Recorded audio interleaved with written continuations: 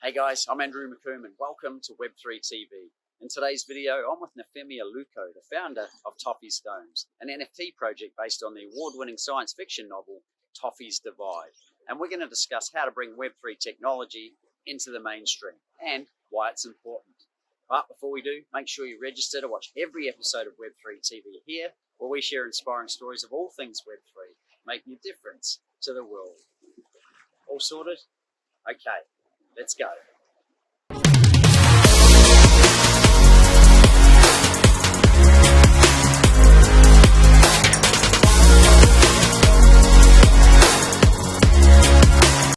Nifemi, with so much growth and development occurring in the Web3 space and also a lot of skepticism as well, what do you believe is needed for Web3 technology to become mainstream?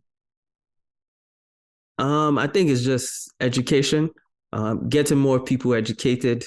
One thing I spend a lot of time is educating myself. It's such a new space with a lot of volatility, so I can understand the skepticism from people. So I think it's just more people being genuine and trying to educate people. One thing I keep in mind is the self-interest of us as individuals. We always want to look at what's in it for us.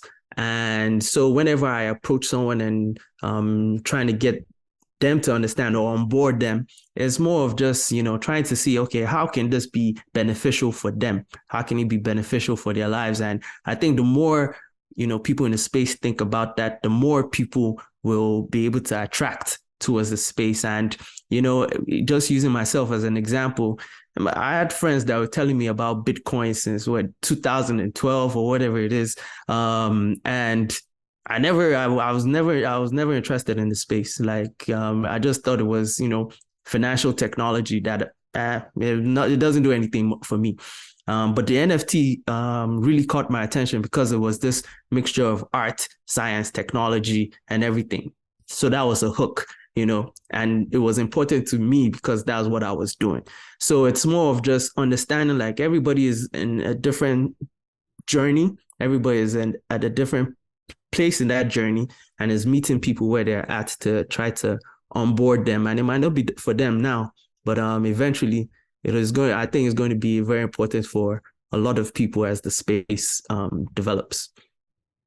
So it's an interesting point. So if I say, like, your key point there is educate yourself, but if you're not even interested in this, because like I'm like you, a few years back, I had no interest in this. I didn't know. And like, because the whole thing was Bitcoin and cryptocurrency, right? But what I've learned, obviously, with Web3 is there's so much more going on that's so powerful and making such a difference.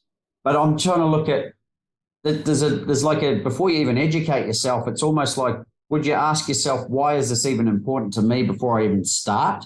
And the funny thing is, though, I guess you wouldn't be seeing this if it wasn't a small element of interest. But if you're not really interested, what is it like for you? What was the turning point that got you into it? And I'm thinking for me too, I was an investor initially, and I actually learned a lot about different things, and I started opening my mind to it. But what advice would you have for someone who's new to it, wanting to educate? So first things first is, where do they go to educate? And then what niche are they going down based on what they're passionate about or, purposeful about or whatever? Yeah, I think definitely finding someone you trust to educate you, to guide you. For me, when I joined, as I said, the first one I got was a Gary Vaynerchuk project. I trust Gary Vee because I've been watching it for almost maybe 10 years, just watching his content, right? So, even though his big thing too is do your own research, and, I followed that to do my own research. Even on Twitter, there's certain accounts I follow, but I think the big thing in the space is if we're all going to, tap into this power of decentralization, everybody has to be accountable for their own wallets, right? If we don't want banks, right, you have to be a bank yourself, right? So, at least if someone steals your money in the bank, you can call the bank and, there's some insurance to make sure you can get some of that back. If someone takes something from your wallet, it's gone. It's kind of like the wild, wild west, right? So you as the individual have to be accountable. Like, okay, I'm going down this path. So I have to make sure security is a big thing. And, a lot of the research I do for myself is just what are the new ways people are, being bad actors in the space, and what are the new ways to make sure I'm defending myself from what is happening. So I think, making sure everybody is aware, like, hey, there's definitely a risk involved, but you also have to, participate, because the big thing about this collective governance that we're looking into in the space with decentralization is also participation. So if we want to build this thing where everybody is part of it, you actually have to participate in it. So for me, that's how I say, is like, it's either you want to participate or not, So I spent a lot of time last year trying to convince people. This year, I'm taking a different approach. I'm not convincing. I'm like, this is what this is. You go do your research and decide if you want to be part. But I think it also has to be something that is true to the person, and they see a use case. And a brief story for myself is I've been writing, posting a lot of content, whether it's on SoundCloud, Medium, LinkedIn. I've done a crowdfunding campaign on Indiegogo, and on 2 occasions on Indiegogo and on LinkedIn, my account has been maybe blocked, right? So on LinkedIn, got blocked because I was traveling in between Nigeria, Kenya, South Africa for work, and I guess all the different IP addresses kind of, they blocked my account. And that was a very, startling experience to think like, oh, I could get blocked out of this thing I've invested so much in. Indiegogo, same thing. I had to use a different email to create a new account. And that just put in my mind like, oh, these companies have so much power to block your access. And once the NFTs came around, I found the use case was high for me, just because I've been doing these things in the background. Someone else that doesn't have that problem, someone else that doesn't post as much or doesn't care about how their content is being used, might not have such a strong use case. So it's more of just finding each person wherever they're at and understanding the use case. And some of it is also educating people on how their data is being used, how some of these companies are using their data, and trying to get them to understand that they should be the ones owning their data to empower themselves some more. That's a really good point, mate. And I guess there's many reasons why I believe Web3 is going to make a difference to the world, but why is it so important right now that it becomes mainstream? Yeah, I think right now is more about developing communities, right? I think the last couple of years we've seen the rise of social media connecting people across the world, but we've also seen it creating echo chambers of different thoughts, which has created a divide. I think what I'm finding useful is connecting with different communities and seeing so many similarities between us as humans, that kind of tears away age difference, gender difference, whatever it is, but we're all just interested in this thing, right? So I think in the current thing, that what it brings a lot to me is the fact that I can find these unique communities and connect with them based on this identity that we hold something together. And I think the more we do that, the more we bake in community and unique experiences. I think that's going to be a big use case. And the second big thing is, I'm sure you can see a lot of AI art that is being generated, AI content. The question of authenticity of content is going to be a bigger thing as we move the next 5 years of, did you really create that, or was it ChatGPT that created that? And or whether it's videos that are faking out people with deep fakes, and you're like, did you really say that, or was that a video?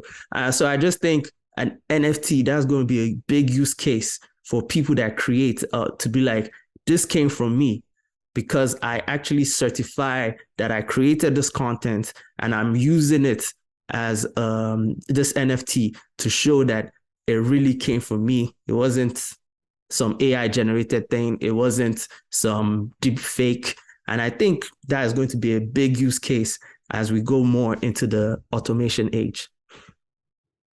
So what I'm really hearing is if you don't like being controlled, if you'd like to have your own freedom, your own power, your own sovereign individuality and identity, then potentially Web3 is very important.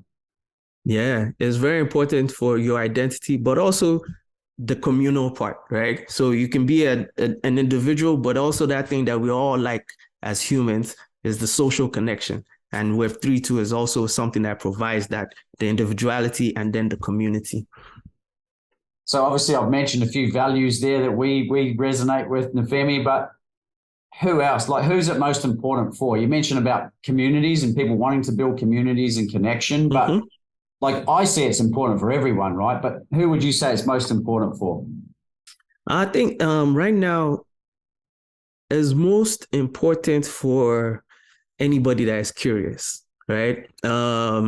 Anybody that, is curious enough to be like, oh, what is this thing? I think is important to you.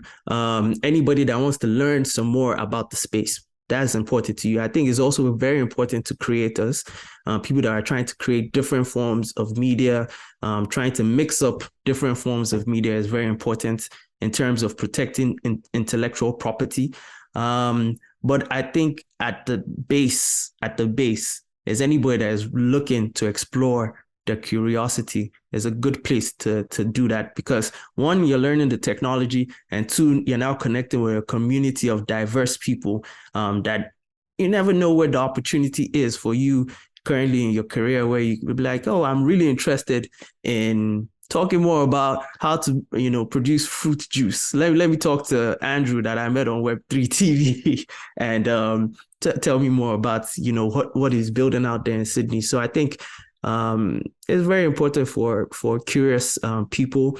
And as I said, if I bring it back to the forces of, where technology is pushing us to, where automation is becoming more of a thing, I think for us as humans, the big thing that is going to be happening is not being the person that has the right answers.